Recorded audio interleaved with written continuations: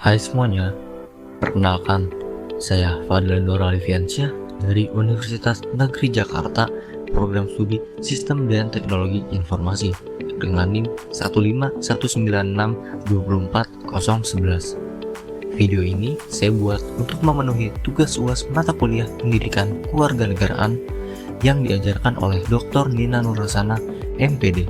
Jadi, boleh disimak videonya. Sebelumnya, pernah nggak sih kalian mikir Indonesia tuh luas banget ya, dari Sabang sampai Merauke, dari Miangas sampai Rote.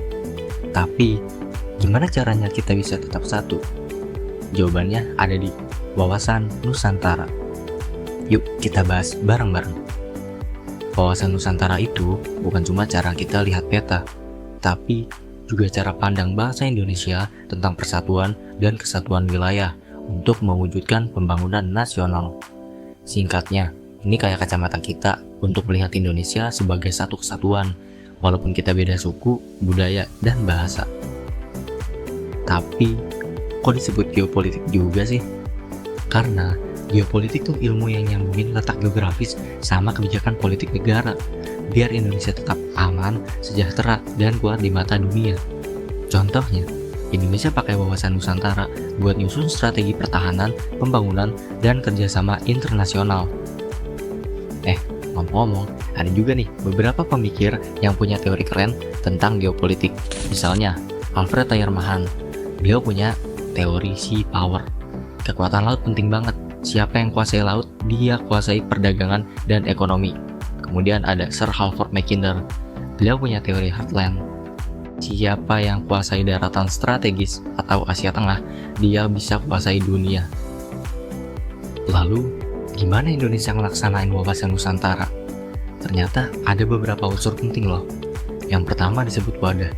Ini adalah keseluruhan wilayah NKRI, daratan, lautan, dan udara yang jadi rumah besar kita bersama. Ruang hidup inilah yang harus kita jaga dan manfaatkan untuk kemakmuran bangsa. Lalu ada tata laku.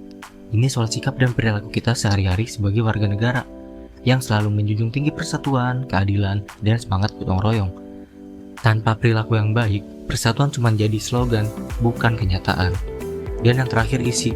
Inilah tujuan nasional kita yang sudah tercantum dalam pembukaan Undang-Undang Dasar 1945 yang berbunyi melindungi seluruh bangsa Indonesia, memajukan kesejahteraan umum, mencerdaskan kehidupan bangsa, dan ikut menjaga ketertiban dunia.